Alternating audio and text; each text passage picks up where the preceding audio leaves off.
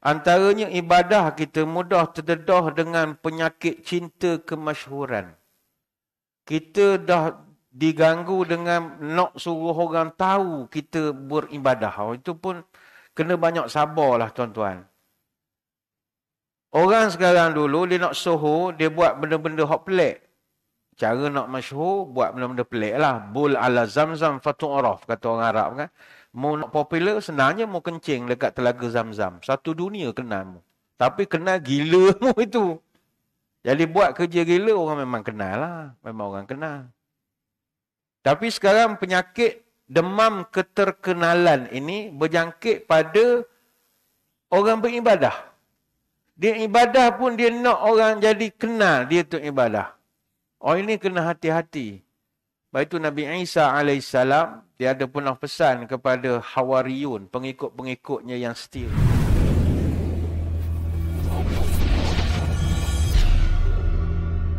Assalamualaikum warahmatullahi wabarakatuh.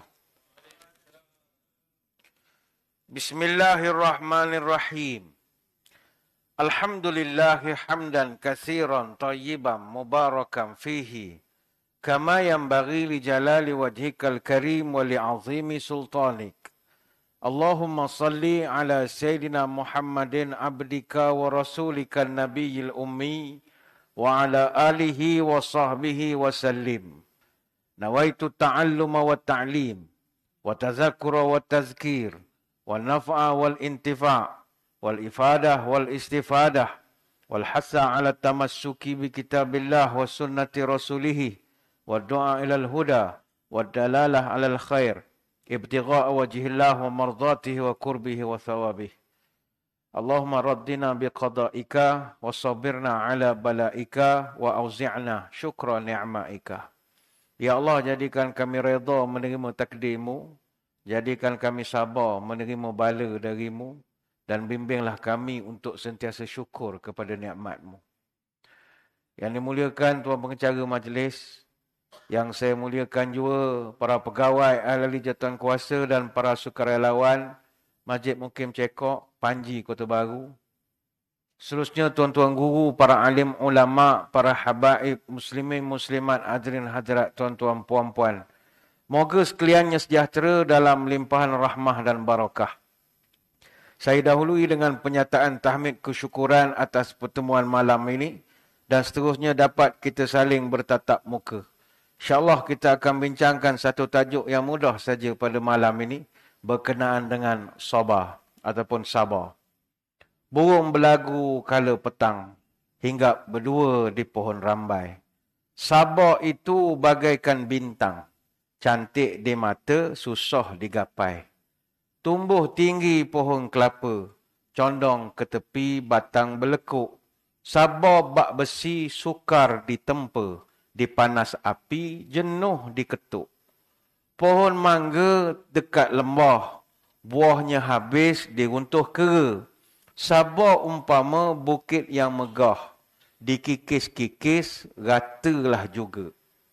Baru berbunga si pohon duku, pokok gajus buah tak banyak. Sabar laksana kertas buku, di api hangus, kena air terkoyak. Sebab itu sabar ini salah satu daripada perkara yang diberi penekanan bagi seseorang yang ingin mempelajari ilmu tasawuf. Kalau kita mengaji tasawuf, antara perkara maqamat, stesen hak kita kena lalui nak didik jiwa, kena belajar sabar. Sabar ni benda payah. Sebab itu dalam Quran ada didik kita tentang sabar. Dalam Quran ada 4 jenis sabar yang Allah Ta'ala tunjukkan dan memang ianya payah. Pertama sekali adalah sabar terhadap dugaan dan cubaan dunia. Ayat 153 surah Al-Baqarah. Allah perintahkan untuk sabar. Salat induk segala ibadah, redha menerima qada dan qadar. وَلَنَبْلُوَنَّكُمْ بِشَيْءٍ مِّنَ الْخَوْفِ وَالْجُوعِ وَالنَّقْصِ مِنَ الْأَمْوَالِ وَالْأَنفُسِ وَالثَّمَرَاتِ وَبَشِّرِ الصَّابِرِينَ.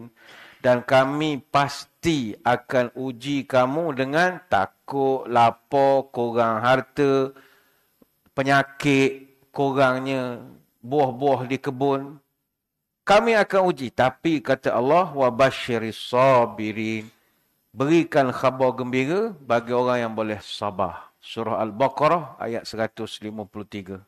Sungguh terang cahaya bulan. Bulan mengambang nampak menawan. Hendaklah sabar menempuh dugaan. Hidup memang banyak cabaran. Apabila mengalami musibah. Inna lillahi wa inna ilaihi raji'un.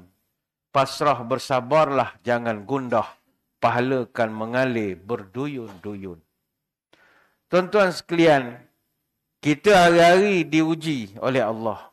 Orang yang terbaik, kata Allah, orang yang boleh sabar dengan ujian aku.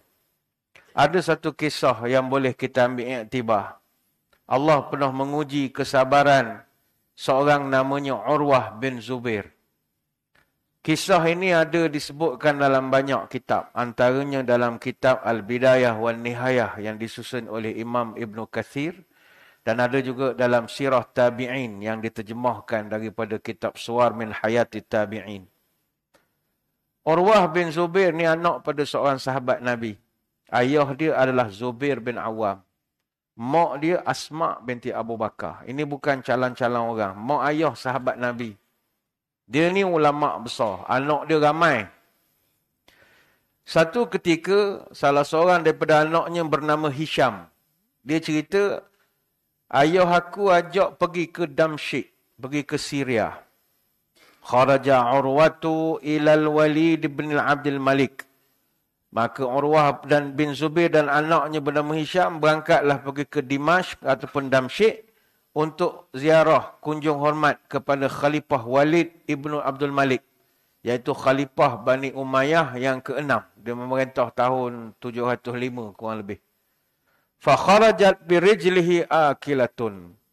Dalam perjalanan nak pergi ke Suria ataupun Syria, tiba-tiba Urwah ni, dia ditimpa penyakit. Iaitu kakinya tiba-tiba bengkak. Tiba-tiba bengkak. Dan bengkak itu pula makin hari makin melarat pula. Daripada pergelangan kaki naik menjala sampai ke peha. Jadi perjalanan daripada Madinah ke Damsyik memakan masa 7 hari. Jadi sepanjang 7 hari itulah Urwah bin Zubair menahan sakit. Yang kau lama kau sakit bisa tu makin kuat. Sampai dia di Damsyik dapat menghadap Khalifah. Khalifah bila tahu ni ulama besar sakit. Khalifah titahkan supaya tabib diraja, pawang diraja, periksa kaki dan peha Urwah yang semakin membengkak. Kata tabib ataupun doktor diraja ni, ampun tuanku, kaki Tok Syekh ni dah tak boleh selamat lagi. Pada kiraan patik, ni ada bisa menjala. Kalau kita tidak rawat, bisa ni boleh naik sampai ke seluruh badan, boleh mati. Jadi, tuanku tanya, dah nak buat macam mana? Ampun tuanku, tak ada cara lain, potong. Potong kaki. Tanya kepada Urwah. Boleh potong kaki? Saya okey. Dia kata, dia tak ada masalah. Dia kata. Lepas tu Urwah tanya, nak potong lagu mana ni? Oh ni sakit ni Tok Syekh. Jadi kita ada bagi ubat penahan sakit. Ubat ni dia jadi mabuk sikit. Dia jadi lalai, leka gitu. Masa tu belum ada bius zaman itu. Jadi, tuan guru minum ni sikit, nanti jadi pening. Jadi, tak sedar masa kita potong kaki. Apa jawab Urwah? Jangan, kata dia. Seumur hidup aku, tidak pernah sesaat pun aku berhenti ingat pada Allah. Jangan bagi aku lupa pada Allah. Jangan ubat ni penyebabkan aku jadi putus hubungan dengan Allah. Jadi, doktor kata, nak buat lagu mana ni? Gini. Bagi peluang aku semayang, masa aku semayang tu mau potong. Oh ni, ulama besar. Dia pun semayang 2 rakaat. Ketika itulah, faqata'aha, kakinya telah dipotong. Habis semayang tu selesai, dia pun rasa kaki dah tak ada. Dia minta kaki dia tadi. Mana kaki aku tadi? Doktor bawa kaki. Dia pegang kaki dia, dia kata, Ya Allah, Sesungguhnya engkau tahu bahawa aku tidak pernah langkah pun kaki aku ni ke tempat maksiat. Aku tak pernah bawa kaki aku ni ke tempat yang hina. Namun aku mohon ampun ya Allah, aku tak boleh nak jaga kaki ni sampai umur aku habis. Aku pecah amanah ya Allah. Nangis pula dia. Bukan sebab berpisah dengan kaki. Kerana rasa tidak boleh amanah. Sedang dia dalam rawatan, tiba-tiba saqata ibnu lahu an zahri baitin. Salah seorang anak yang ikut rombongan itu kemalangan di Damsyik, kemalangan kuda menyebabkan anaknya itu meninggal dunia. Bayangkan tuan-tuan, trip dia pergi ke Syria, 2 ujian berat berlaku pada dia. Pertama, kaki kena kerak, yang kedua anak meninggal. Apa perasaan kita? Diuji dengan sebegitu teruk sekali. Tapi dia ni ialah wabasyiris sabirin. Gembirakanlah orang yang banyak sabar ini. Dia boleh menuturkan satu syair yang indah. Wa'lamu anni lam yusbini musibatun minad dahri ila qad asabat fatan qabli. Dan ketahuilah tidak ada satu musibah pun yang menimpa aku ni melainkan ada dah orang sebelum aku pernah ditimpa begini. Cuma kita tak kenal dia saja. Tuhan tak akan buat benda tu untuk aku saja. Semua orang ada, cuma kita tak kenal. Kemudian dia pun mengangkat tangan berdoa. Allahumma kana li banuna sab'atun. Fa'akhazta minhum wahidan wa baqaita sittatan. Ya Allah, aku dulu ada 7 orang anak. Mu ambil 1, tinggal aku 6. Terima kasih Allah. Maknanya ada 7, ambil tinggal 6. Dia syukur lagi. Dia hak lebih berat, anak 7, ambil 6, tinggal hak tu musibah besar. Dia kata aku ni musibah kecil. Ambil tinggal 6. Wa kanat li atrafun arba'atun fa akhazta minni tarafan wa abqaita li salasa. Aku juga ada tulang 4 kerat, 2 kaki, 2 tangan. Engkau ambil 1, tinggal lagi 3. Terima kasih. Ya Allah. Maka kalau kecuali 4 anggota, ambil 3 tinggal hak tu bala besar. Tapi 4 anggota ambil 1 tinggal 3. Okeylah, syukur lagi. Wala in ibtalaita laqad afaita wala in akhazta laqad abqaita. Ya Allah, aku yakin kalau menguji seorang makhluk itu pasti akan ada keselamatan. Dan aku yakin kalau mu mengambil sesuatu dari hamba-Mu, maka pasti kamu akan gantikan ya Allah dan akan kurniakan nikmat lebih banyak lagi lepas pada ini. Tanya pada diri kita malam ni, sampai dok kita makam Urwah bin Zubair ini. Payah tuan-tuan. Payah. Makam redha, sabar, terima qada dan qadar, payah. Menerima takdir Allah adalah kemuncak tertinggi iman. Dan itu bukan semua orang boleh sampai pada makam itu, kecuali dia ada redha dan sabar. Ibu-ibu, puan-puan, kalau dapat berita suami menikah selagi, boleh tak sabar? Payah. Mana bukan kita nak mempermainkan orang perempuan, tak. Sabar tu payah. Payah. Dia tidak menganggap ni takdir. Bila saya dulu jadi qadhi daerah Temerloh. Bila mari isteri ngadu suami nikah selagi macam-macam, kita pejabat agama ni kena bagi tenang. Tak boleh nak cimbah minyak lagi. Kata sabarlah kak, ini kan takdir Allah. Ketentuan Allah. Marah dia cakap takdir. Apa takdir? Gelenyar apa? Takdir apa? Gelenyar. Muka ubi torok kata. Muka suami dia macam ubi torok. Kami tak kenal ubi torok. Kenapa? Puan mikir, kenapa lah ubi torok? Sabar. Sabar itu subur. Tak sabar, masuk kubur. Sabar. Banyakkan sabar dulu. Lepas itu bertenang dulu, bertenang.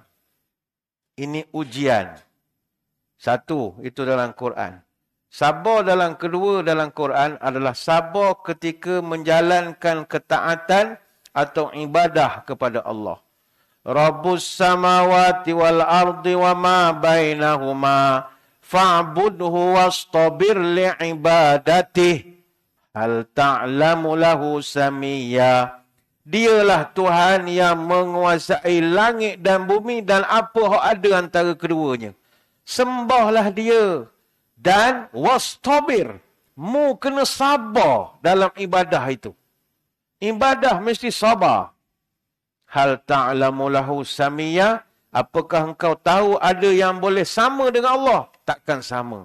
Ini surah Al-Anbiya ayat 65. Sabar ibadah ni kena ada tuan-tuan. Kita hok datang masjid ni. Sabar kena sabar. Baik tu saya kadang tu tak setuju sangat orang buat kuliah-kuliah online ni. Saya tak berapa setuju sebenarnya. Sebab menyebabkan orang kurang mari masjid. Orang kurang. Dia nerak duduk rumah tengok gini. Ramah. Mana aku like, aku swipe, dia swipe. Dia boring, dia laju gitu. Bukan kita marah hok menengok di rumah ni. Dah, PKP dah habis. Marilah masjid. Benda masalahnya. Dulu kita buat online sebab PKP. Masjid dihadkan. Dia bagi alasan, tambah pergi masjid ya, payah jam semua parking payah. Padahal hok mari ni, mari ngapa? Tiko terbang. Sama masalah belaka. Tapi kenapa hok mari boleh mari? Sabar. Sabar dalam ibadah. Payah orang nak sabar dalam ibadah ini. Kadang ada orang dia kata saya tambah pergi masjid ustaz. Buat apa pula? Tak khusyuk sembahyang masjid. Ini kan Ustaz Muhtar banyak cerita bapak orang malas pergi masjid. Salah Tok Iman, salah Bilal, salah macam-macam. Tak ada betul. Habis ada setengah orang, aku tak ambuh pergi masjid. Apa? Tak khusyuk. Main rumah pergi khusyuk. Buat apa pula tak khusyuk? Oh, nak khusyuk aku mana? Kata, baru nak semayang jemaah sebelah macam-macam perangai. Ada hak baca kuat, ada hak senawa daripada rakaat pertama sampai rakaat ketiga. Ada hak kuku kaki boleh kayuh perahu, panjang. Ada kita nak mayang tak rosyok lah. Mayang di rumah tenang, dia kata lenang. Betul, kita tak nafi. Tapi sabar. Tuan-tuan, semayang di Masjidil Haram tu khusyuk sangat ke? Mana ada khusyuk? Bunyi telefon macam-macam ringtone. Harap bukan kerti tutup telefon. Baru nak semayang. Kita suka. Telefon bunyi. Anak-anak Arab menangis. Daripada rakaat pertama sampai rakaat keempat menangis. Kerang menangis.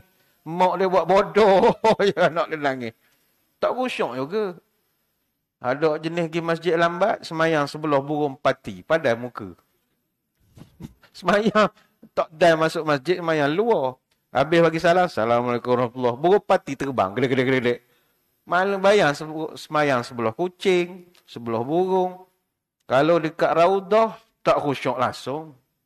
Tuan-tuan pernah khusyuk semayang di Raudah. Tak khusyuk celah mana? Baru nak dapat dah berebut. Sekarang ni sebab pakai booking. Dulu kan berebut. Dah dapat tempat sedap. Tak nak semayang, mari Arab Pakistan mana, nyelik pula lagi. Dah jadi sempit pula lah.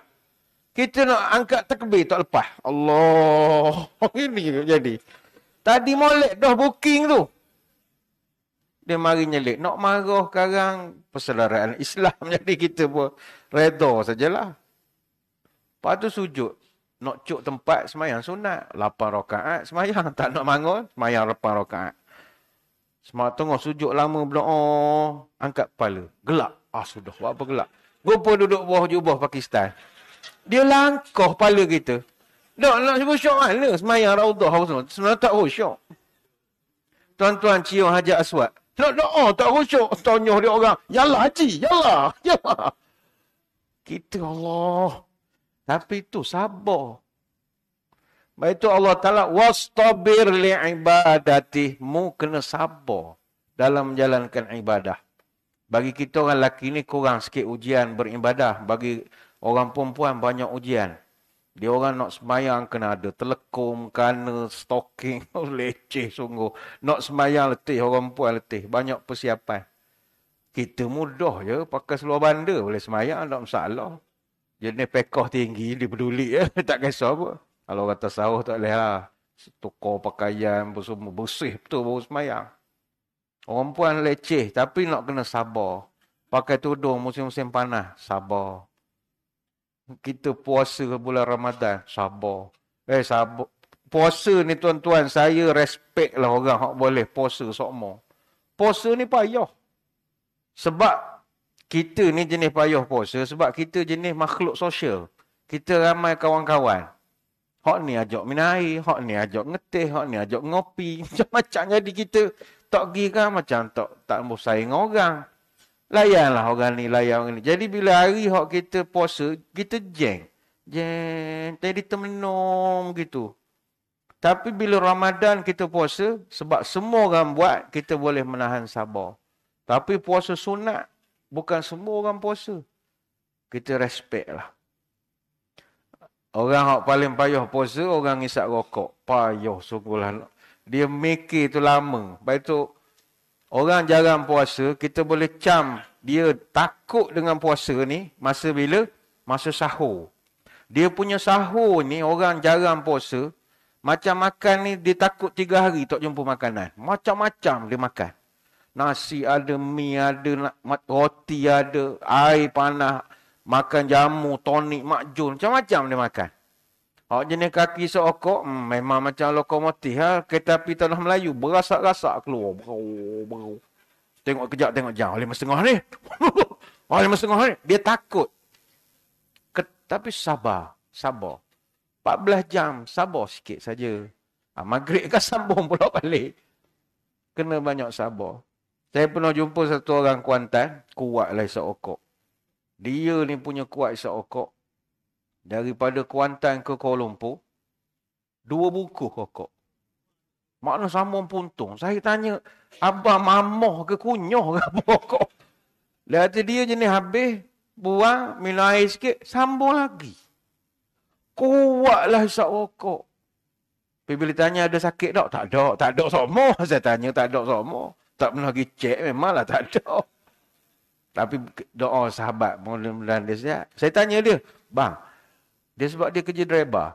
Bang, kalau bulan puasa, macam mana abang boleh berhenti sokok 14 jam? Oh, kita kena banyak doa, Ustaz. Dia ceramah pula ke saya. Kita kena banyak doa, Ustaz. Kata dia memang Alhamdulillah bulan puasa, berhenti rokok. Sekejap lah. Panas subuh tu, rokok dululah. Sebelum subuh, 2-3 batang. Lepas tu relax, tak ada apa. Doa, ya Allah bagi aku gini-gini. Doa dia. Tapi masuk maghrib kan, rokok dulu. Rokok dulu. Keluar asap ke hidung baru makan. Dia kata ada sekali, Ustaz, aku lambat bangun. Isteri tak puasa, jadi dia pun tak bangun subuh juga. Tak bangun sahur. Satu rumah tak bangun. Aku sedar orang masjid ngaji lah. Wah, ngaji. Ini nak azan dah ni. Waktu imsak habis dah ni. Dia pergi dapur, dia tengok. Nak pilih mana se. Nak makan nasi ke ni isap rokok? Nak makan nasi ni, bila mengaji dah ni. Wah, ngaji. Akhirnya dia kalau tak makan, lapar. Sebab dia driver. Tak isap rokok pun tak boleh ke. Badan dia ada nikotin. Nak kena ada nikotin sama. Akhirnya dia buat inovasi. 2 dalam 1. Tangan kanan suap nasi, tangan kiri isap rokok. Buat 2 dalam 1. Laptop murah. Oh, sian. Tahun lepas dia berhenti dah isap rokok. Dia isap rokok elektrik pula. Rokok tak asap tetap asap. Isap rokok elektrik. Saya tanya macam mana isap rokok elektrik? Tahan sikit lah dia kata, Ustaz. Tapi dia kata tahun lepas lupa sahur, lupa nak cah. Lupa nak cah. Benda malam. Tak cah. Rupa benda tu pakai cah. Jadi dia kata, pagi tu cah sekejap. Isak dekat wayar. Dia kata, monjo tak kena karen. Tak apa, mati syahid ke apa. Soka dia. Nakal dia sikit. Begitulah. Sabar. Dok, dia bila ibadah ni, tak ada sabar. Payah nak dapat kemanisan dia. Macam kita pergi Mekah pun tuan-tuan. Kadang-kadang nak pergi semayang di masjid. Tapi bila pergi tengok orang ramai. Jadi malas nak pergi. Allah serabutnya pergi kan. Tak dapat nak masuk. Main dengan arak. Arak ni hari-hari tukar polisi. Hari ni boleh pintu sini. Esok konang pulak ke sana. Kita jadi jeng. Lalas jadi malas. Sabar. Pergi je. Sebab ada masanya dengan kesabaran itu Allah beri kemudahan. Tuan-tuan mungkin pernah melalui pengalaman. Kita nak buat umrah. Tengah pakai ihram. Mana dah niat siap apa semua. Balik hotel dulu. Tukar ihram comel sikit. Nak pergi tawaf. Buka TV1 dalam hotel. Allah penuhlah manusia. Bilalah nak kosong Masjidil Haram ni. Kita fikir ni kalau tawaf ni kurang-kurang 2 jam ni. Campur dengan sa'i ni. Sebab tengok memang ramai orang. Tapi sabar. Pergi je. Bismillah. Ada hari kita masuk, mudah. Tawaf sekejap siap dah. Kita pun tak sangka. Apa sebab? Lakukan dengan wastabir li'ibadati. Mu kena sabar. Dalam pengertian yang lain, sabar dalam ibadah ini adalah kita sekarang beramal di era fitnah. Zaman sekarang ni, kita buat amal ibadah ni sentiasa terdedah dengan fitnah. Antaranya ibadah kita mudah terdedah dengan penyakit cinta kemasyhuran. Kita dah diganggu dengan nak suruh orang tahu kita beribadah. Itu pun kena banyak sabarlah tuan-tuan. Orang sekarang dulu, dia nak suruh, dia buat benda-benda hot pelik. Cara nak masyhur, buat benda-benda pelik lah. Bul ala zamzam fatu'araf, kata orang Arab kan. Mau nak popular, senangnya mau kencing dekat telaga Zamzam. Satu dunia kenal mu. Tapi kenal gila mu itu. Jadi buat kerja gila, orang memang kenal lah. Memang orang kenal. Tapi sekarang penyakit demam keterkenalan ini berjangkit pada orang beribadah. Dia ibadah pun dia nak orang jadi kenal dia tu ibadah. Ini kena hati-hati. Sebab itu Nabi Isa AS, dia ada pernah pesan kepada Hawariyun, pengikut-pengikutnya yang setia. Ya ma'syaril hawariyin, kam sirajun qad atfa'tur rih wa kam abid afsadahul ujub. Wahai Hawariyun, berapa banyak pelita lampunya terpadam sebab ditiup angin. Maka begitulah ahli ibadah, rosak amalan sebab dia kagum. Itu je. Dia merasa kagum dia tu jadi baik. Jangan. Kita mari masjid, Alhamdulillah. Jangan rasa kagum pula kita mari masjid. Hebat aku hari ni mari masjid. Jangan buang perasaan tu. Hebat aku lagi masjid. Duk soh depan sekali ni. Jangan. Buat baik, bagus. Merasa baik, jangan. Apatah lagi keluar pada masjid, pandang semua orang masuk neraka belaka. Ni, duk kedai ni, duk ada tom yam ni semua. Neraka belaka. Tengok aku, boleh masjid. Jangan gitu. Menjadi baik, bagus. Merasa baik, itu tak bagus. Malanglah kalau kita berdakwah, beribadah. Sebab nak dapat pujian orang, nak dapat follower, nak dapat subscriber, nak diminta selfie oleh orang, nak minta tanda tangan. Jangan. Kata Salamah Ibn Dinar Al-Madani. Pesanan dia, sembunyikanlah kebaikan kita sebagaimana kita sembunyikan keburukan kita. Jangan cerita ke orang. Hak buruk perangai kita tak cerita ke orang. Sama jugalah dengan perangai kebaikan. Jangan kongsi kalau tak ada sebab. Sebab itu ulama' zaman dulu sangat benci kepada populariti. Sangat benci kepada kemasyhuran. Ulama' dulu mereka lebih senang andai kata nama mereka tidak disebut oleh manusia. Bahkan mereka sangat gembira kalau orang tak kenal mereka. Suka sangat. Beza dengan sekarang. Dia pelik kenapa orang tak kenal dia. Sudahlah. Kenapa ulama' dulu mengelak benda begini? Sebab nak jaga ibadah mereka, keikhlasan mereka. Kerana khawatir takut dapat fitnah. Kerana pujian-pujian jemaah. Ada di kalangan ulama' sanggup ikut jalan shortcut pun ada. Hamad bin Zaid bin Dirhim rahimahullah, dia pernah bercerita, saya pernah berjalan dengan satu orang ulama' terkenal, Ayub As-Sakhtiyani rahimahullah. Ini ulama' besar.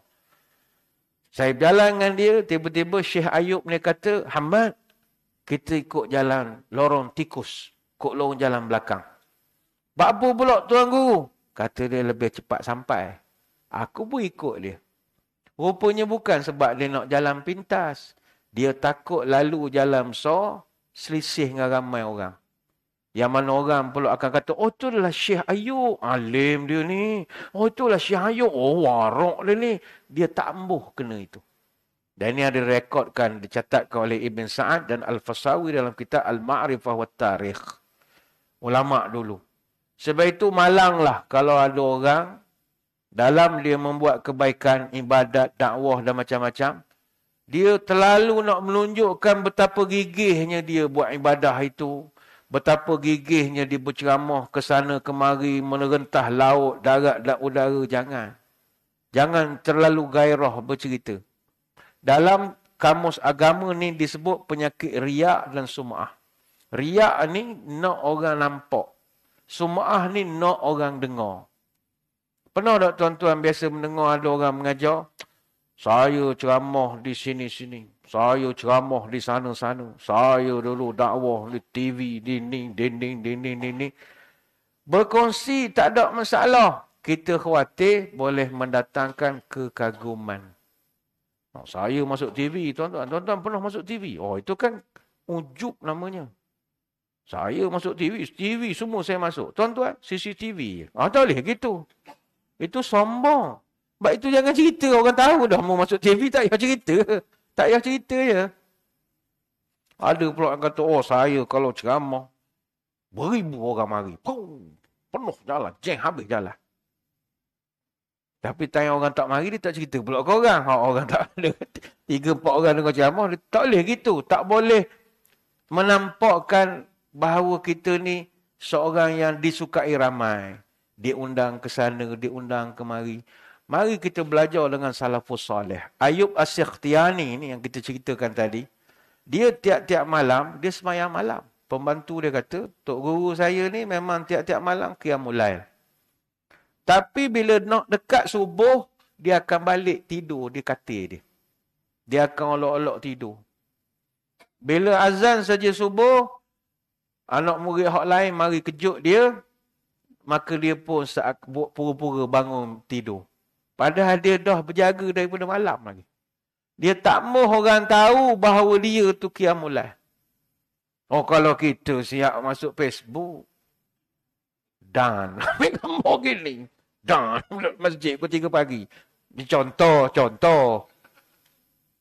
Baik itu bagi setengah orang yang warak, dia nak tunjukkan, nak buat profil WhatsApp gambar dia dekat Kaabah boleh dia segan. Bagi orang yang warak lah. Bagi kita tak jadi warak, tak kisah sangat. Dia segan. Dia segan gambar. Kadang gambar dengan isteri je pun.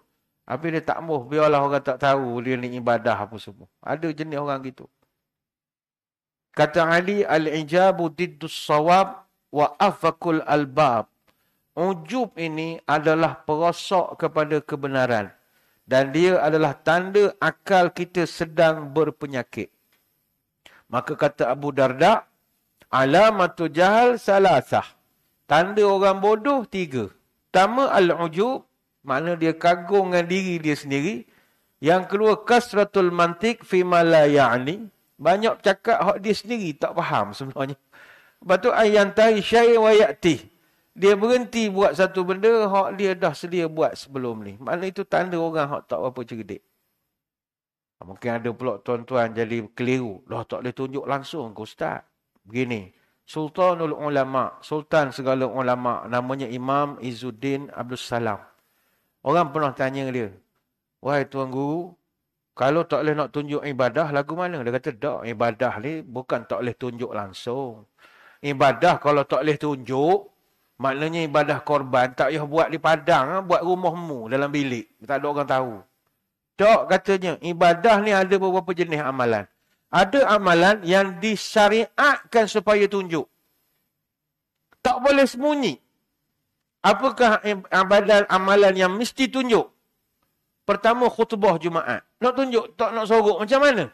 Takkan nak buat online. Khatib dari rumah.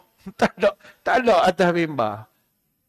Apa khatib tak mari? Saya nak jaga hati takut riak. Riak apa memang khutbah Jumaat memang biasa itu. Ibadallah. Innallaha ya'muru bil adli wa ihsan. Tiba latih, rasa macam riak pula. Cancel lah khutbah. Turun bawah. Cakap lagi tangga. Tak boleh. Memang kena tunjuk.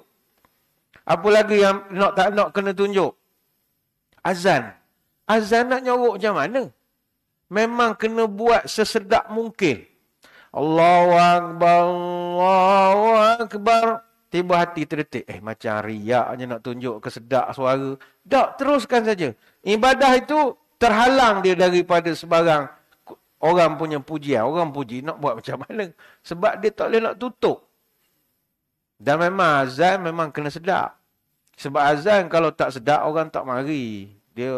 Orang kita ni dia ada azan ni mainkan peranan. Sebab itu Mekah, Madinah, azan ni dia akan buat serius. Sound system, lagu-lagu taranum dia, memang dia akan buat sedap.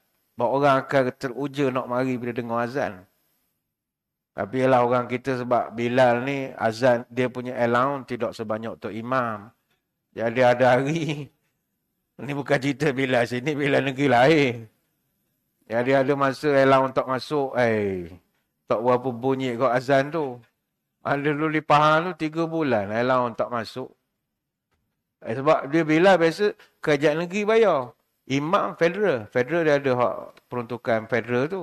Tapi bila biasa kerajaan bayar, kerajaan negeri. Kerajaan negeri kadang tukar akaun apa semua, dia lambat sikit 3 bulan. Tapi akan ada tunggakan. Tapi 3 bulan tak masuk allowance pun, lain lagu azan dia tuan-tuan.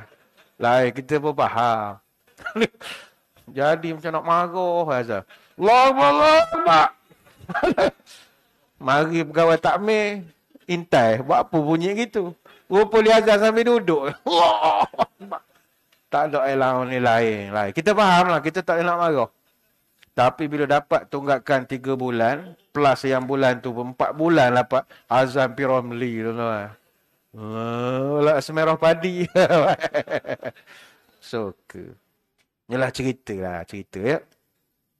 Maka azan boleh tunjuk, qamat boleh tunjuk, baca Quran secara jahar dalam solat yang baca jahar boleh tunjuk. Itu kita tak boleh elok, kata Izzuddin Abdul Salam. Kena tunjuk pada orang. Mendirikan solat Jumaat, tak boleh sorok. Bahkan kalau kita sorok orang fitnah pula kita tak buat Jumaat. Boleh kena tangkap pula orang buat puasa. Kena maklum bahawa kita sembahyang Jumaat. Menghantar jenazah, kena tunjuk.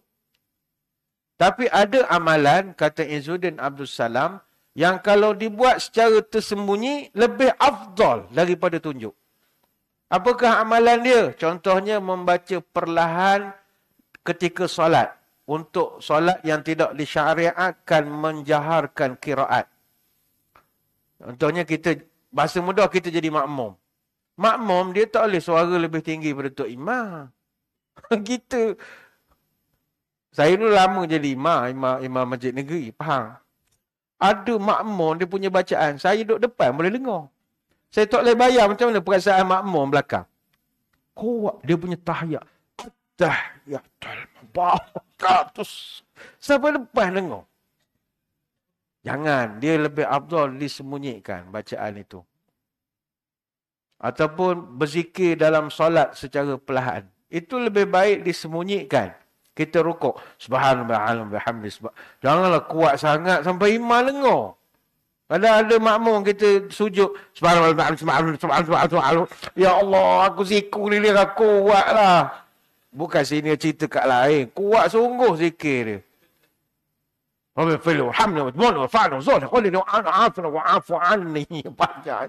Kuat sangat. Tak boleh. Itu diamalkan sembunyi lebih afdal. Yang ketiga, kata Izzuddin Abdul Salam, ada amalan yang kadang sembunyi, kadang nampak. Boleh dua-dua. Dia bergantung pada hati. Ini kata Izzuddin Abdul Salam. Apakah contohnya? Sedekah. Sedekah boleh secara jelas orang nampak dan boleh secara sembunyi. Bergantung kepada diri kita. Kata Izzuddin Abdul Salam, kalau mu rasa takut ditimpa riak, sembunyi sajalah. Online saja, masukkan akaun, sedekah saja. Tapi kalau niat nak bagi orang semangat bersedekah, katalah kita punya company, sedekah mak tahfiz. Kita buat press conference, buat cek besar-besar, niat kita biar syarikat korporat lain tiru kita. Tak ada masalah. Tapi kalau nak buat tu sebab rasa nak nunjuk kita ni pemurah apa semua, lebih baik buat secara tersembunyi sajalah. Tak payah upload di medsos, tak payah maklum. Panggil mudik, bagi je duit. Selesai masalah. Lagi ikhlas, sorok duit, tak tahu siapa bagi. Saya jumpa satu orang Tan Sri di Kuala Lumpur. Kaya lah dia ni. Saya ingat jutawan besar dah. Tiap-tiap hari Jumaat, dia semayang di mana-mana masjid, dia akan sedekah masjid tu RM900. Saya tanya, Tan Sri, buat apa 900? Tak cukup 1,000. Dia kata 9, ala ong. Ong pun kira ong juga. Pongsui lagi, dah lagi pongsui. Ikut dia lah, 900 pun banyak. Lepas tu Tan Sri bagi macam mana? Dia selit bawah sejadah. Dia habis semayang tu, dia letak bawah sejadah. Bawah kapet. Jadi dia niatkan, siapa yang dapat duit ni rezeki dia. Kalau kebetulan siap ke, hak ngemah sejadah, jumpa, tak amanah ambil ke dia halal juga. Jumpa di Bangladesh mana ke, ambil halal. Dapat duit berdahari, selamatlah. Dia halal. Tiap minggu dia bagi. RM900. Makna tak ada orang tahu dia sedekah. Yang saya cerita ke tuan-tuan pun, tuan-tuan tak tahu Tan Sri mana. Tapi saya tahulah. Masjid tak tahu. Tak tahu siapa. Ini orang makam tinggi. Jadi sedekah boleh dua. Sama ada sembunyi atau menunjuk. Tak ada masalah. Antara lagi kata Izzuddin Abdul Salam. Berdakwah. Berdakwah kalau rasa boleh jaga diri daripada sombong dan sebagainya. Silakan dakwah secara terbuka. Tapi kalau dah mula rasa kita ni hebat. Kita rasa kita lebih alim dari orang. Kita lebih baik daripada orang. Maka lebih baiklah dakwah secara tulisan. Benda-benda hak simple-simple sajalah. Macam kadang ada orang dia buat signboard, billboard tulis. Tuan-tuan adik-adik kita pernah ada kumpulan NGO dia buat t-shirt. Dia tulis pada t-shirt tu dah semayang ke. Simple-simple begitulah. Lagi pasal malam waktu maghrib. Orang kan maghrib ramai tengah sibuk beli. Maghrib kan tak panjang masa. Jadi geng ni ambil inisiatif buat kerja dakwah. Tapi tak bercakap, pakai t-shirt je. Tak semayang ke. Jadi orang tengah sibuk nega, kena dah aku ni. Dia gitu je. Atau mungkin kawasan tu ramai muslimat yang belum bersedia nak berhijab. Dia tak ada cakap apa, pakai tulisan pada t-shirt saja. Bila nak tutup aurat, contoh gitu. Tidak bahasa kasar-kasar lah. Jadi orang tu kena tu macam, alamak, kena aku hari ni. Gitu saja. Jadi dakwah boleh sembunyi, boleh secara terang, tak jadi masalah. Jadi kita doa pada Allah dalam menjalankan ibadah ni, sabar banyak. Jangan terikut sangat dengan bisikan nafsu yang nak jadi terkenal dan macam-macam lagi. Itu yang kedua. Yang ketiga dalam Quran, sabar ini dalam Quran adalah sabar terhadap gangguan orang-orang kafir. Kena sabar dulu. وَلَا تَسْمَعُنَّ مِنَ الَّذِينَ أُوتُوا الْكِتَابَ مِنْ قَبْلِكُمْ وَمِنَ الَّذِينَ أَشْرَكُوا أَذًى كَثِيرًا وَإِنْ تَصْبِرُوا وَتَتَّقُوا فَإِنَّ ذَلِكَ مِنْ عَزْمِ الْأُمُورِ. Wahai Muhammad, kamu pasti akan mendengar banyak perkara-perkara yang kalau kamu dengar akan menjadikan kamu sakit hati. Percakapan daripada orang-orang yang telah diberi kitab sebelum kamu. Dan orang-orang musyrikin itu, mulut mereka tak ada insurans. Tapi wahai Muhammad, wa in tasbiru wa tattaqu, kalau mu sabar, mu taqwa, zalika min azmil umur. Itulah yang patut lebih diutamakan. Surah Ali Imran ayat 186.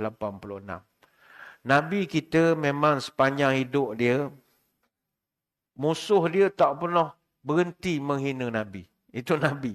Sampai sekarang pun Nabi kita masih lagi dihina. Baik itu dalam Quran ada satu ayat dalam surah Al-Muzammil, yang mana dalam ayat ini Allah pujuk Nabi supaya bersabar dengan celaan orang-orang bukan Islam. Wasbir ala ma yaquluna wahjurhum hajran jamilah. Wahai Muhammad, bersabarlah terhadap apa hak mereka kata pada kamu dan tinggalkan mereka dengan cara yang baik. Surah Al-Muzammil ayat 10. Nabi dicerca teruk. Dulu Nabi dituduh sebagai seorang yang mereka Quran tu rekaan. Quran ini hanyalah syair qasidah yang indah yang Nabi buat untuk nak memikat orang Quraisy pada zaman itu. Sebab orang Quraisy ni bangsa yang hargai seni. Di Mekah masa sebelum Islam datang, pasar seni lebih ramai orang berbanding pasar unta. Orang suka duduk di pasar seni. Pasar seni masa tu ada deklamasi puisi, sajak, ada muzik, persembahan. Arab dia appreciate seni. Dan dia ada sayembara deklamasi puisi. Mana-mana puisi sajak yang menang, dia gantung pula di Kaabah sebulan. Orang boleh baca syair dia. Jadi dia sangat menghargai seni. Datang Nabi bawa satu surah ataupun ayat Quran yang dia punya uslub bahasa dia, orang Arab kalah. Kan Quran ni sedap. Kalau kita yang bukan orang Arab ni pun dengar Quran, kita boleh tahu ayat Quran ni sedap. Tuan-tuan kalau dengar ayat yang Musailamah Kazab buat, Musailamah Al-Kazab ada buat Quran tapi tak sedap. Al-fil wa mal-fil wa ma adraka mal-fil lahu khurtumun tawil wa lahu zail. Tak sedap. Baca makna lagi tak sedap. Al-fil, gajah. Wa mal-fil, apakah itu gajah? Wa ma adraka mal-fil, mu tahu tak gajah tu apa? Lahu khurtumun tawil, dia ada belalai panjang. Walahu zail, dia ada ekor pendek. Tak sedap. Kita baca macam ayat gini. Ayat dia tak sedap. Oh, ada ramai orang nak tiru tapi tak jadi. Quran ni dia, bahasa dia sedap lagi. Dia tiru, dia plagiat satu ayat. Inna a'tainakal khu'khu' fasalli li rabbika waz'aj. Inna syani'aka huwal ibla. Tak sedap. Baca hak versi asal. Original soundtrack. Inna a'tainakal kautsar. Sedap. Fasalli li rabbika wanhar. Bahasa Quran indah. Hatta kalau kul huwallah tu pun. Kul huwallahu ahad. Allahus samad. Dia kalau dal semua. Memang sedap ayat Quran. Jadi orang Arab masa itu, bila Nabi baca Quran, marahlah penyair-penyair ni. Sebab kata, ini bukan level kita ayat ni. Dia Arab ni, dia punya syair, dia bukan macam syair kita. Macam kita syair, kita punya syair hanya kata-kata je. Macam contoh, buatlah sayembara puisi peringkat negeri Kelantan. Panggillah penyair-penyair anak negeri Kelantan. Kita syair, kita baca biasa saja. Sejak namamu menggetar rasa, ku kabarkan pada angin, bawalah daunan kering terbang jauh. Itu je. Nak bagi orang sedih sikit, panggil budak main gitar. Main biola ke. Geseklah lagu background lagu Uji Rasyid tu. Ne ne ne ne ne ne ne ne. Barulah orang menangis sikit. Nangis. Bukan nangis sebab syair, sebab lagu tu je. Ne ne ne ne. Lagu Ahmad Nawak. Arab dia punya syair memang ada lagu. Sehingga kan kita tak tahu membezakan antara lagu dengan syair. Syair dia ada lagu. Dan lagu dia sedap-sedap. Kalau syair dia nak naik unta.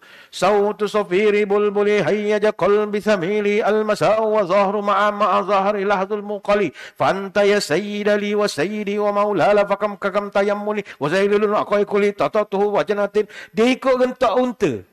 Bila unta tu nak berlari, fakultu la tu walbuli fabayini dulu ali qala la innaka zarawali top. Dia bunyi unta. Jadi orang yang mendengar terhibur.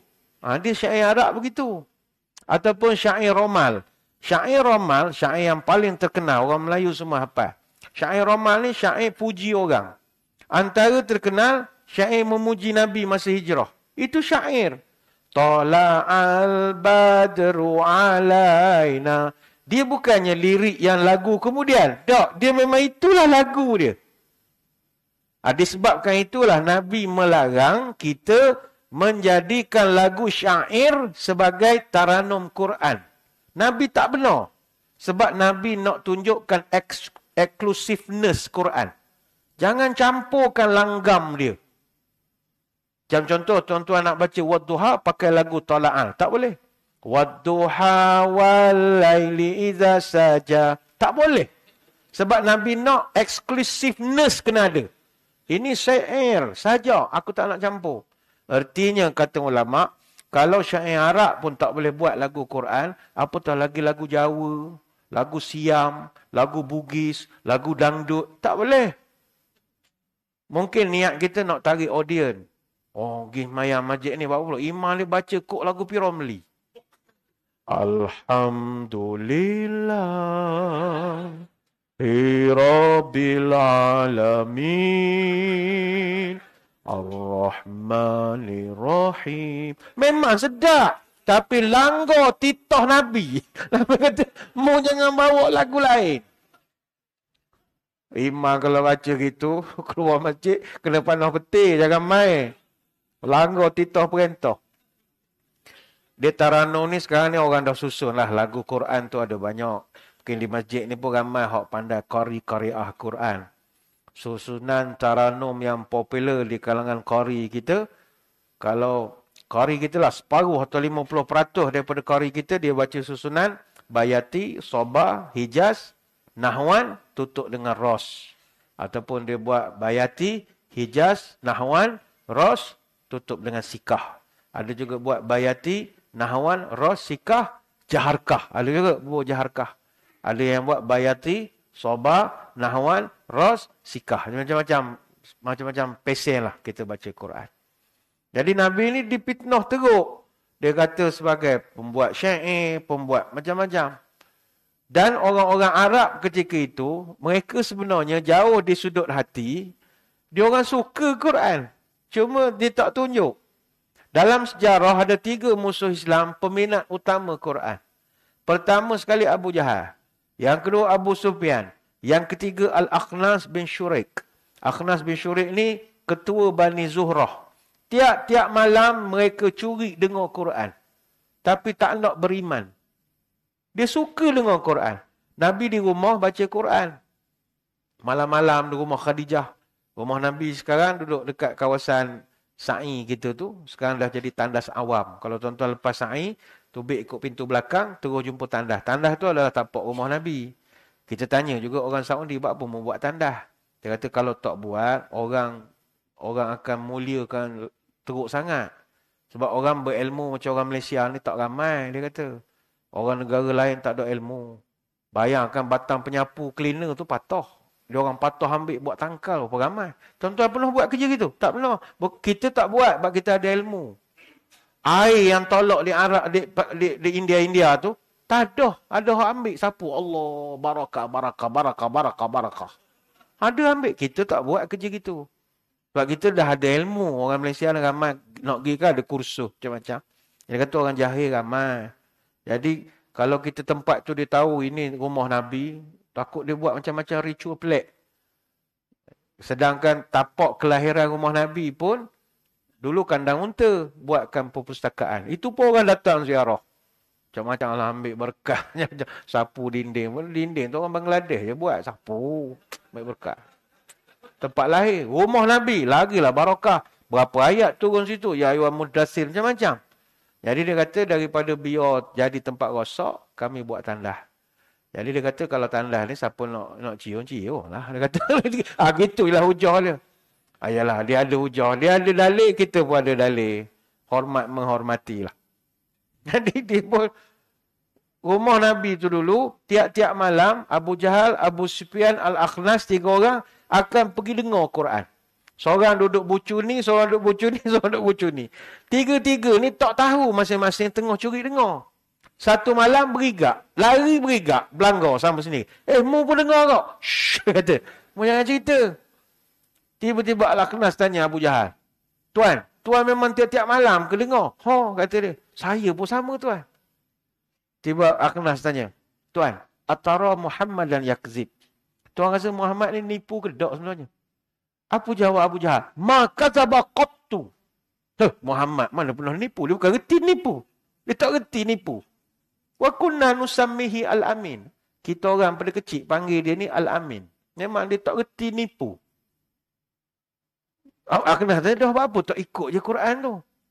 Walakin idza kana fi Bani Hashim as-saqayah wal-rifadah wal-musyawwarah summa takunu fihimun nubuwah fa ay shay'in li Bani Makhzum. Aku bukan tak boleh ikut dia. Tapi cuba mu tengok. Keturunan dia, sejak daripada Tok dia, moyang dia, semua jadi pengurusan pemimpin di Mekah. Musim haji, geng dia kau urus Bani Hashim. Pasport, kecok pasport, immigration, custom, agih air zam-zam. Dia, Nabi ni punya keluarga muassasah. Dia dulu muassasah Mekah. Semua pok gabak dia. Lepas tu pok saudara dia pula. Habis Tok dia, pok saudara dia pula Abu Talib. Habis Abu Talib, mari pula dia pula ngaku jadi Nabi pula. Pah dia. Faisyain li Bani Makhzum. Habis keturunan aku Bani Makhzum, boleh apanya? Dapat apa? Pah dia. Berapa penggal, pah dia. Dia contoh. Pah dia. Dia contoh. Macam orang lain tak kerti. Soalan begitu. Jadi di Mekah rupanya isunya masa itu adalah isu gengsi kebangsawanan. Mana Abu Jahal, dia tak ambuh ikut Nabi kita, faktor bangsawan je. Sebab di Mekah ada 3 suku besar bangsawan. Mana keturunan Tengku belaka ni. Bani Makhzum, Bani Hashim, Bani Umayyah. Bani Makhzum, keturunan Abu Jahal. Bani Hashim, keturunan Nabi. Bani Umayyah, mereka akhirnya membentuk Empire Umayyah. Jadi pemimpin besar. Jadi, dia tak puas hati isu politik lah bahasa mudahnya. Pah dia. Dulu Tok dia, lepas tu ayah dia, lepas tu dia. Lah aku ni bila jadi YB ni? Contoh. Nabi juga pernah dituduh sebagai gila kuasa, gila pangkat. Dan tuduhan itu dibuat dalam bentuk syair. Abu Jahal sehinggakan upah zaman dia pencaci untuk caci Nabi. Dia upah. Pencaci ni bahasa dulu, bahasa sekarang bagi pencacai. Kerjanya mencaci. Kalau bahasa sekarang bagi cyber trooper. Cyber trooper ni dah lama, dah ada rupanya. Kerjanya mengecam. Memang dia dibayar untuk mengecam. Hari-hari cari isu, kutuk Muhammad. Kutuk. Zaman itu. Antara yang terkenal menjadi pencaci ataupun cyber trooper zaman itu adalah Al-Nadhar bin Al-Harith. Seorang penyair, sastrawan, tapi kerjanya menulis cerpen, puisi-puisi, mengata Nabi. Teruk Nabi kena bantai, tuan-tuan. Kalau kita jadi Nabi pun rasa nak letak jawatan lah. Tak daya lah aku. Jadi Allah dalam ayat itu beritahu pada Nabi, sabar. Wahjurhum, tinggalkan mereka. Itu je Tuhan jawab pada Nabi kita. Dan penghinaan Nabi ini terhadap Nabi ini masih berterusan sampai sekarang. Baik itu kita merasa duka cita. Dalam tempoh 150 tahun saja lebih pada 60,000 naskah buku yang ditulis khusus untuk serang pada Islam. Dan lebih daripada sebuah buku sehari ditulis untuk memburukkan Nabi Muhammad SAW. Dan kita umat dia tak buat apa-apa pun. Kita ada social media. Kita ada Facebook, kita ada Instagram, kita ada TikTok. Tak ada pun konten video yang kita buat untuk nak mengekang dan melawan balik hujah-hujah daripada orang yang menyerang. Orang serang Nabi kita teruk, tuan-tuan. Dan serangan tu bukan lagi daripada orang bukan Islam. Daripada orang Islam pun ada. Terutama pejuang hak-hak asasi. Pejuang wanita misalnya. Hal poligami. Nabi teruk kena sampai sekarang. Padahal Nabi wafat lama dah. Bila poligami Nabi kena. Hak menikah Abang Honda contoh. Hak kena Nabi. Tak ada kena-mengena Nabi dengan Tesla ke dengan Honda ke dengan Toyota. Tak ada kena-mengena. Hak kena Nabi. Sian, Nabi semua kena. Nabi kena bantai kes pedofilia. Pedofilia ni Nabi dituduh memiliki orientasi seksual yang beza dengan orang. Dia suka budak. Tak boleh cakap gitu. Ya Ustaz, Nabi kan kahwin dengan Aisyah. Aisyah tu muda. Kacau.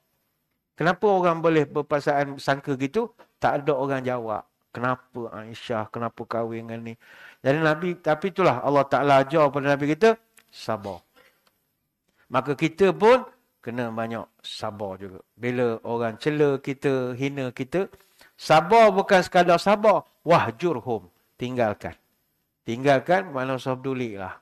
Orang ngata kita ni takkan habis sampai bila-bila. Kalau dalam pasaport Inggeris dia ada sebut Kalau orang yang hebat, great people talk about ideas. Average people talk about things. Small people talk about other people. Orang hebat, kalau kita bercakap, sembang dengan dia, dia banyak cerita idea. Apa idea nak majukan negeri, apa idea nak majukan masjid. Banyak idea. Ini orang hebat. Kita kena berkawan dengan orang macam ni. Orang yang biasa-biasa banyak bercakap tentang benda. Kalau pergi minum air, banyak cerita benda lah. Tanah, kereta, handphone, benda. Tidak salah. Tapi ada benda lah. Kita borak kosong, dia panggil.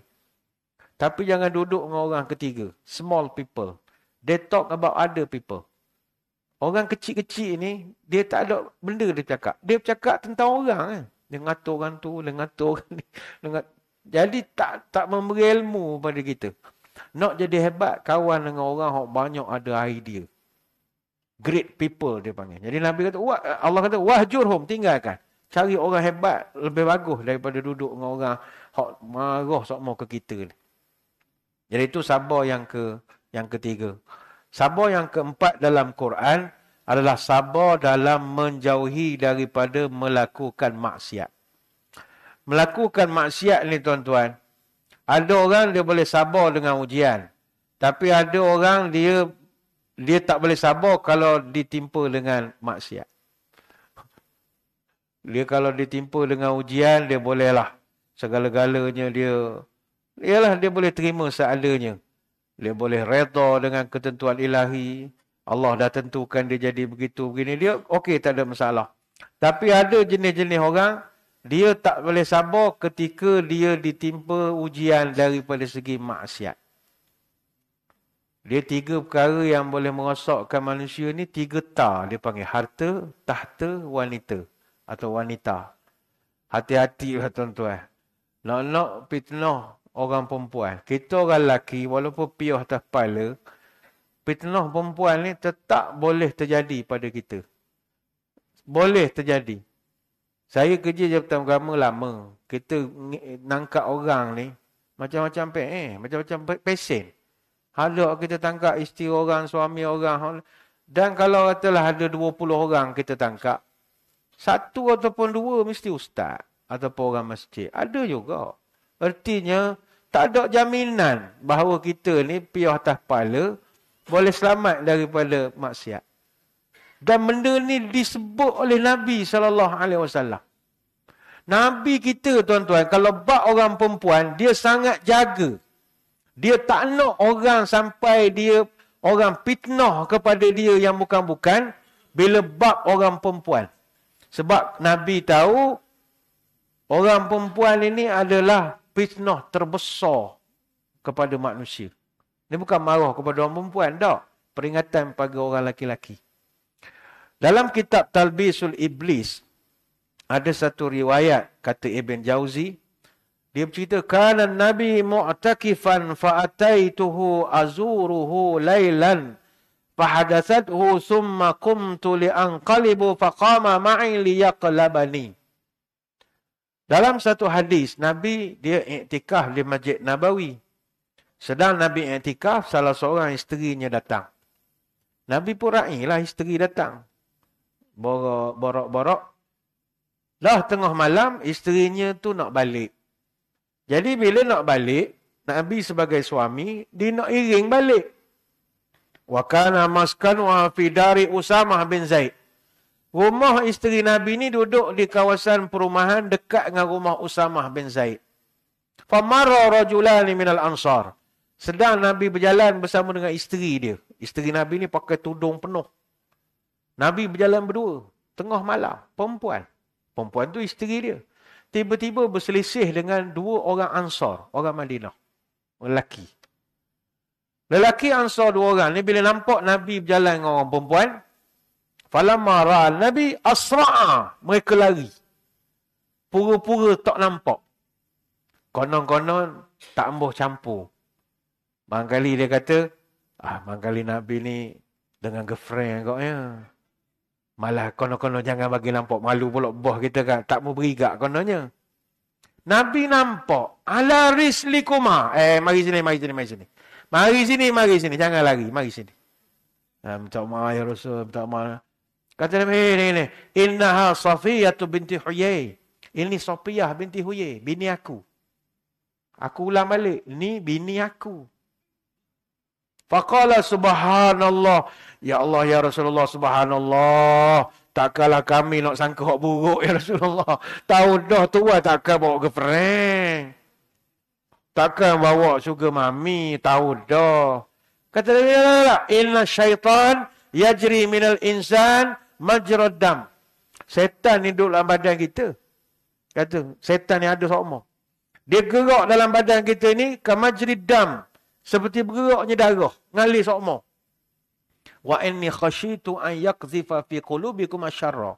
Dan aku takut setan ni bisik prasangka buruk dalam hati kamu. Menyangka aku bawa girlfriend dan macam-macam. Jadi aku kena clear, ini isteri aku. Aku clear kan. Ni hadis riwayat Bukhari Muslim. Apa ertinya? Nabi sangat jaga fitnah. Baik itu kita tuan-tuan, jangan kita kena elok diri dari orang fitnah. Jangan play victim. Jangan bila orang fitnah kita dakwa, saya ni menjadi mangsa korban pemfitnah. Orang-orang yang benci dengan saya. Hakmu dedah diri pada fitnah buat apa? Kenapa dedahkan diri pada benda yang boleh dipitnah? Kalau tidak ada angin, masakan pokok bergoyang. Kalau tidak ada api, masakan ada asap. Tak tumbuh, tak melata, tak sungguh orang tak kata. Hujan berpohon, panah berasal. There's no smoke without fire. Kok mana pun. Tapi ada orang dia kata, saya ni ustaz, walaupun pokok bergoyang bukan sebab angin. Habis sebab apa? Beruk. Beruk ogoh. Ada beruk di atas, ada ogoh pokok. Kau tu goyang sama, iyalah. Baik itu saya selalu pesan individu kalau yang berpengaruh, sering jadi tumpuan umum, jangan buat benda yang boleh orang fitnah. Jangan. Menteri misalnya. Jangan tunjuk dia bercuti dengan keluarga naik kapal mewah, walaupun mampu. Walaupun dia 7 keturunan tuan tanah Kedaung, memang banyak duit. Tapi jangan tunjuk. Jangan pesan ke anak-anak, jangan ambil gambar, jangan apa, jangan post Instagram. Orang susah ramai lagi. Orang susah ramai. Jadi jangan tunjuk. Walaupun mampu, sebab kita mengundang fitnah. Ataupun kita kerja misalnya, kita orang politik misalnya, orang politik. Jangan nampak sangat makan di restoran mewah. Makan sudu gini, siap kain, taruh sini, gini. Tak sesuai. Walaupun mampu. Kalau boleh tunjuk makan di gerai, makan cendol, bawah pokok. Orang suka tengok. Oh bagus, zuhud dia ni. Padahal kita pun nak jaga perasaan. Jangan dipitnah. Makan mewah boleh, jangan ambil gambar. Kita makan sama kita, gini. Hak isap sigar, tak sesuai. Isap rokok sigar berapa ratus batang. Walaupun orang bagi free. Sebab kita tak boleh nak explain. Orang kata, oh, mafia. Bawa pegang jawatan sepenggal. Isap rokok curut. Jangan isap curut. Isap rokok daun sudah gini. Pusing ikut arah jam. Ini sudah. Orang kata bagus. Zuhud dia ni. Terpaksa. Pegawai daerah misalnya. Pegawai jajahan. Tak boleh tunjuk dia keluar minum dengan kontraktor. Tak boleh. Pergi minum air makan roti canai. Tak boleh. Fitnah. Walaupun member. Saya aku ni. Alumni sekolah. Tak boleh. Takdir dia dapat projek. Walaupun mu tak kena-mengena. Orang fitnah. Oh patut boleh ke dia. Subcon, mengkong, subcon. Baik dengan dia. Oh fitnah. Padahal kita tak campur pun masa pengagihan tender. Fitnah. Dah nak minum macam mana ustaz? Tapau minum kat opis je lah. Suruh gerak hantar minumlah pejabat. Tak ada orang tahu. Sama juga ustaz. Jangan kalau peminat perempuan tersengih-sengih ambil gambar. Kalau orang lelaki salang, muka gini salang. Tak apa senyum, salang orang lelaki. Kalau orang muslimat, gini-gini, menyampah tengok. Budak-budak baru-baru ceramah. Tak boleh gitu, fitnah. Orang tengok, oh, okay. Tengok gambar untuk imam, serius muka. Gambar orang muslimat, sengih-sengih. Fitnah. Sengih-sengih belaka. Serius-serius belaka. Orang jadi imam. Imam jangan masuk pertandingan snooker, tak boleh. Fitnah. Walaupun terror main snooker. Ada satu imam dulu. Jadi pertandingan snooker peringkat daerah. Dapat naib Johan. Hak Johannya toke snooker Cina tu mula. Hak lain Johan tu imam. Orang hantar gambar ke pejabat agama. Dia tengah nerak atas meja. Batang kiu tak ada, nerak gini. Awak tu imam, walaupun piah kepala tak suai. Fitnah. Dia berkata, ni sukan tuan. Sukan tak sukan. Imam tak boleh. Bilal, suara sedap, pergi karaoke. Tak boleh. Ni contoh. Pergi rumah orang kahwin, backwah. Kan backwah kadang ada orang buat kugiran. Macam saya di Pahang masih ada kugiran lagi. Sini mungkin tak ada lah kugiran. Kami masih ada kugiran. Pok Yeye tu ada lagi. Jadi nyanyi ni tak ada penyanyi. Siapa-siapa nak nyanyi. Jangan Bilal pula tukar menyanyi. Walaupun tuan rumah tu ajak-ajak ayang je. Kita silakan Bilal. Minta selagu Bilal. Pok Yeye sekali. Jeffrey Dean sekali. Bilal pun jual-jual mahal kot lah. Bolehlah selagu. Dia pun nyanyi selagu. Habis lagu sambung pula. 10 lagu dia seorang. Siap ajar ke band boy. D minor. Okey. D. Dia pula ajar. Nak gini nak azan Zuhur. Lagi betul kan? Tak sesuai bila. Mufarakah orang esok. Dan fitnah paling bahaya tuan-tuan puan-puan. Maksiat paling bahaya. Perempuan, wanita. Hati-hatilah. Ma taraktu ba'di fitnatan adharra 'ala rijali minan nisa'. Aku tidak tinggalkan pada kamu, wahai orang lelaki, ujian paling berat dalam bab maksiat, melainkan cobaan godaan wanita. Hadis Bukhari Muslim. Dan Nabi sendiri dalam satu peperangan, dia pernah meluluskan cuti seorang laki-laki yang mohon tidak pergi perang. Dia kalau perang, tak boleh excuse. Wajib semua orang pergi perang. Tapi pernah Nabi lulus permohonan cuti dalam Hermes. Pernah Nabi luluskan cuti. Orang tu dia tak nak pergi perang. Bagi alasan, saya ni mudah jatuh cinta ya Rasulullah. Nabi lulus. Oh iya ke? Okey, tak payah pergi. Allah rekodkan dalam surah At-Taubah ayat 49. Wa minhum may yaqulu dhalli wala taftinni. Ada antara mereka yang berkata, ya Rasul, izinkan saya tidak berperang. Jangan jadikan saya terjerumus dalam fitnah. Nabi tanya, kenapa pula kamu tak boleh pergi? Dia kata ulama, ayat ni turun berkaitan dengan Jad bin Qais. Dia ni orang tua. Dia tak mahu pergi perang. Perang Tabuk. Kebetulan dia punya kebun kurma dia, pokok tengah menjadi. Jadi musim tu, peraih orang-orang datang nak ambil buah. Banyak kerja nak urusan ni, bisnes ni. Masa tu pula Nabi ajak pergi perang. Kacau. Dia nak cari alasan macam mana tak pergi. Dia jumpa Nabi, ya Rasul, saya minta tak pergilah sekali perang ni. Perang lawan Rom ni, perang Tabuk. Nabi kata, bak pun tak lagi.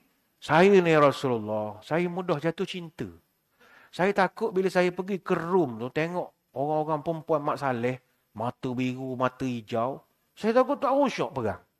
Saya ni jenis makan jamu banyak, saya ni jadi payah. Isteri pula tinggal, tuan fahamlah sendiri. Nabi kata, tak apa, aku faham. Tak apa, mu tak payah pergi. Nabi benarkan dia. Dan itu sejarah Nabi membenarkan orang tak pergi. Tapi gara-gara itu, turun ayat Quran surah Taubah, Allah tegur Nabi. Waja'al mu'azziruna minal a'rabi liyu'zana lahu. Allah tegur Nabi. Muhammad, orang hak mari dia nipu je.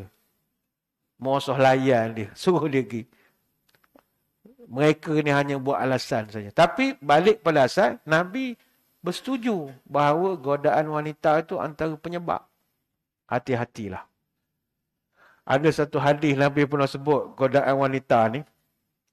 Nabi sebut, fattaqud dunya wattaqun nisa. Takutlah pada dunia, takutlah pada godaan perempuan. Fa inna awwala fitnati Bani Israel kanat fin nisa.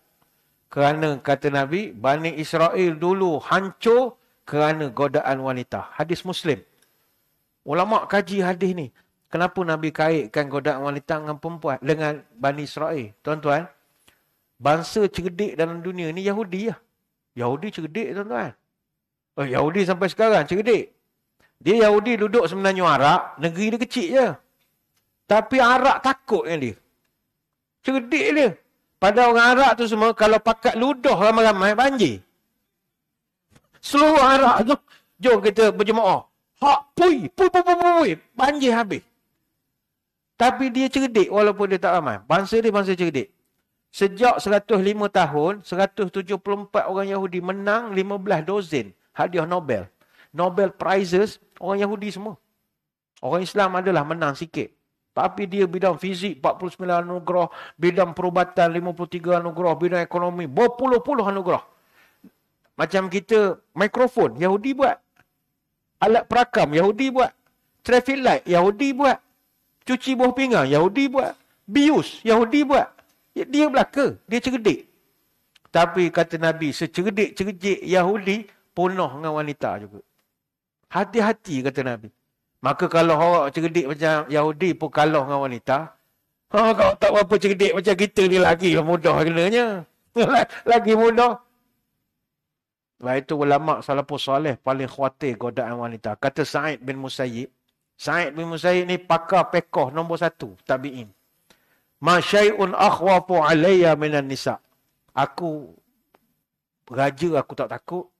Hantu timbalang aku tak takut. Tapi aku paling takut orang perempuan. Orang perempuan dan dia, mana be?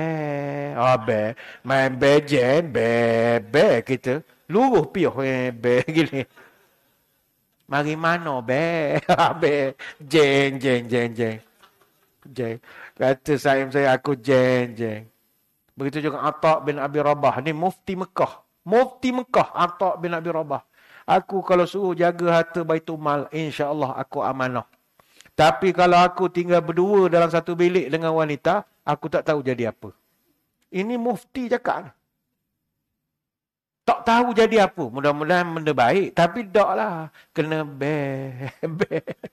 Mana be? Habis kita. Dalam kitab Hilyatul Awliya, Abu Nu'aim menjelaskan, jangan berdua-duaan dengan wanita, walaupun niat nak mengajar Quran. Contoh imam, buat kelas ngaji. Ramai muslimat. Tiba ada 2-3 makcik beritahu, Ustaz, boleh tak saya nak belajar one to one dengan Ustaz? Belajar di mana? Belajar di masjid. Belajar masjid tahan lagi. Tiba tak khusyuk. Ustaz, boleh tak saya belajar di rumah Ustaz? Tak boleh. Boleh tak kita check in hotel? Lagi tak boleh. Saya nak khusyuk. Kami pernah tangkap tuan-tuan. Suami dengan isteri orang. Laki tu Ustaz, perempuan tu anak murid dia. Belajar Quran di hotel. Dia tak buat benda salah, duduk dalam hotel je. Masa tangkap tu pun pakaian lengkap.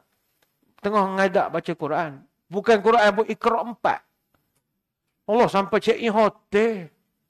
Kita takut mula-mula Iqra' 4. Tapi lama-lama setan ni bisik. Mokcik jadi lawa kalau setan bisik. Lawa mokcik ni. Oh yalah. Dia jadi setan kan dia benda tak molek jadi molek. Jangan. Lebih baik elakkan. Sebab itu dalam mazhab Syafi'i, tak boleh berjemaah hanya berdua saja dengan wanita yang tak ada hubungan dengan kita. Macam tuan-tuan semayang singgah di masjid nak semayang asar. Kita musafir, tiba nak jemaah. Mana nak cari jemaah? Mari budak perempuan seorang. Dek, nak semayang asar. Meh kita bermakmum sekali, dapat pahala 27 kali ganda. Tak boleh. Sebab perempuan tu tak kenal. Bukan mahram kita. Jadi hati-hatilah dengan maksiat. Sebab itu muslimin muslimat sekalian, sebagai ringkasan perbincangan kita malam ini. Sabar ni ada banyak lah dalam Quran. Maka apa yang mustahak bagi kita adalah ikutlah garis panduan yang telah diajarkan oleh para ulama. Bahawa sabar itu perlu dirangkumkan dengan pergantungan kepada Allah Subhanahu Wa Taala. Kerana kita tak tahu setakat mana kita boleh berhadapan dengan ujian-ujian ini. Termasuklah ujian dalam hidup berjiran misalnya. Semuanya kita tutup dengan kesabaran. Banyak nak cerita tapi saya ingat sampai sini sajalah sembang-sembang pada malam ini. Yang penting sabar, jangan marah-marah, banyakkan senyum, olok-olok burung di laut, ogak-ogak burung di bukit, senyum manis sebagai di raut, jadi penawar hati yang sakit. Banyakkan senyum, kerana senyum itu boleh mendamaikan bagi orang-orang di sekeliling kita. Jangan banyak marah-marah, kerana marah tidak pernah menyelesaikan sebarang masalah. Orang yang marah, dia akan jadi banyak makan. Sebab angry dengan hungry, dia dekat-dekat bunyinya. Jadi bila kita angry, kita akan hungry. Jadi bila marah, ngunyah. Lama-lama, banyak marah jadi gemuk pula kita. Jadi masalah. Senyum dan ketawa itu penawar kepada penyakit secara semula jadi. Jadi Nabi ajar kita bila nak marah banyak-banyaklah bersabar, jangan panah baran, jangan cepat melenting. InsyaAllah kita akan jadi orang yang hebat. Sekadar itu saya ucapkan ribuan terima kasih di atas undangan dan perhatian. Mohon maaf sebarang kekurangan. Moga-moga bertemu pada lain-lain kesempatan. Sebelum berpisah, marilah kita menadah tangan berdoa. Moga majlis diberkati ilahi. A'udzubillahi minasyaitonirrajim. Bismillahirrahmanirrahim. Allahumma salli wa sallim ala Sayyidina Muhammadin salatan tukhrijuna biha min zulumatil wahmi. Allahumma tawil umurana wa sahih ajsadana wa nawwir qulubana wa thabbit imanana wa ahsin a'malana wa wasi' arzaqana wa ilal khairi qaribna wa 'anil syarri ab'idna waqdi hawaijana fid dini wad dunya wal akhirah innaka ala kulli syai'in qadir. Ya Allah, panjangkanlah umur kami, sihatkanlah tubuh badan kami, terangkanlah hati kami, tetapkanlah iman kami, molekkanlah amalan kami, luaskanlah rezeki kami, dekatkanlah kami dengan kebaikan, jauhkanlah kami dari kejahatan. Kabulkanlah segala doa kami, sama ada dalam urusan agama, dunia ataupun akhirat. Subhanakallahumma bihamdika, nashhadu an la ilaha illa anta, nastaghfiruka wa natubu ilaik. Wa sallallahu ala sayyidina Muhammadin wa ala alihi wa sahbihi wa baraka wa sallam. Walhamdulillahi rabbil alamin. Sekadar itu wabillahi taufiq wal hidayah. Assalamualaikum warahmatullahi wabarakatuh. Wallahu a'lam.